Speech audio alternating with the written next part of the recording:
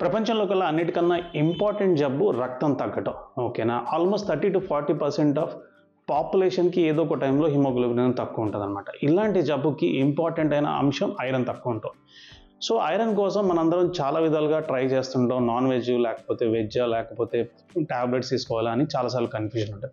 So, ఇప్పుడు దాకా ఉన్న అపోహ ఏంటంటే వెజిటేరియన్ ఫుడ్స్‌లో ఐరన్ చాలా తక్కువ ఉంటది. ఓన్లీ నాన్ వెజిటేరియన్ ఫుడ్స్‌లో ఐరన్ ఎక్కువ ఉంటది అని చాలామంది వెజిటేరియన్స్ ఆలోచిస్తూ ఉంటారు. అట్ ద సేమ్ టైమ్ ఇవన్నీ కష్టాలు ఎందుకులే అని టాబ్లెట్ తీసుకుందాం అని చాలామంది అనుకుంటారు. కాకపోతే వాస్తవానికి ఐరన్ రకరకాల ఫుడ్‌లో చాలా లెవెల్స్ ఉంటదనమాట. సో, మన ప్రతిరోజు ప్రతి మనిషికి కావాల్సిన ఐరన్ అమౌంట్ 15-25. అదే ప్రెగ్నెన్సీ వాళ్ళకైతే ఎక్కువ కావాల్సొస్తే ఆల్మోస్ట్ 25 దాకా ఉంటది. నార్మల్ యంగ్ మేల్‌కి అయితే 15-20 గ్రామ్స్ దాకా కావాల్సొస్తది. ఇలాంటి ఐరన్ తక్కువ ఉన్నప్పుడు లేకపోతే బ్లీడింగ్ ఏదైనా అవుతున్నా గానీ ఐరన్ ఫుడ్స్‌లో తక్కువ ఉన్నప్పుడు అలాంటప్పుడు ఐరన్ డెఫిషియన్సీ వచ్చింది. టాబ్లెట్స్ తినకుండా ఐరన్ పెంచుకోవాలని అందరం ఆలోచిస్తాం.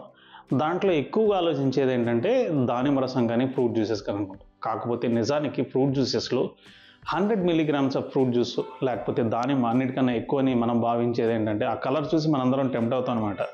దానిమ్మ జ్యూస్ తాగంగానే బ్లడ్ పెరిగిద్ది అని అపోహలో ఉంటాం. కాకపోతే 100 మిల్లీగ్రామ్స్ ఆఫ్ దానిమ్మ అంటే ఒక కాయని తీసి జ్యూస్ చేస్తే జస్ట్ మనకి 1 మిల్లీగ్రామ్ ఐరన్ మాత్రమే వచ్చిందనమాట. సో, దీని తర్వాత ఏ ఫ్రూట్ తీసుకున్నా గానీ లేకపోతే యాపిల్ గానీ లేకపోతే పప్పాయ గానీ ఏ ఫ్రూట్ తీసుకున్నా గానీ మిల్లీగ్రామ్ కన్నా తక్కువ ఉంటది.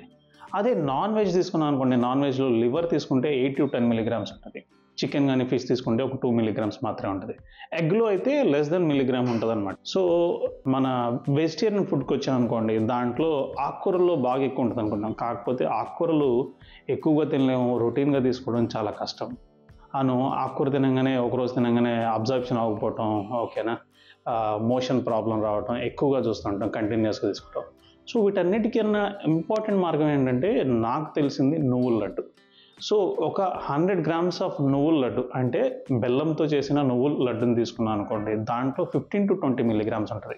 ఒకవేళ ఈ నార్మల్ బెల్లం కాకుండా తాటి బెల్లం గనుక యాడ్ చేసామనుకో అప్ టు 25-30 మిల్లీగ్రామ్స్ దాకా అందుబాటులో ఉంటది.